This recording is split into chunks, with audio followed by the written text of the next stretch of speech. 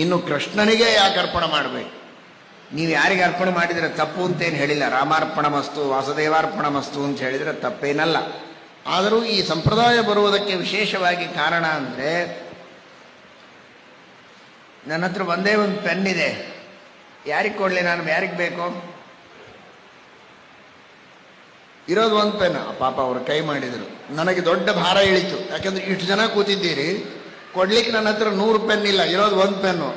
ಸಹಜವಾಗಿ ನಾನು ಅವ್ರಿಗೆ ಕೊಡ್ತೇನೆ, ಈ ಕೊಡಲ್ಲ.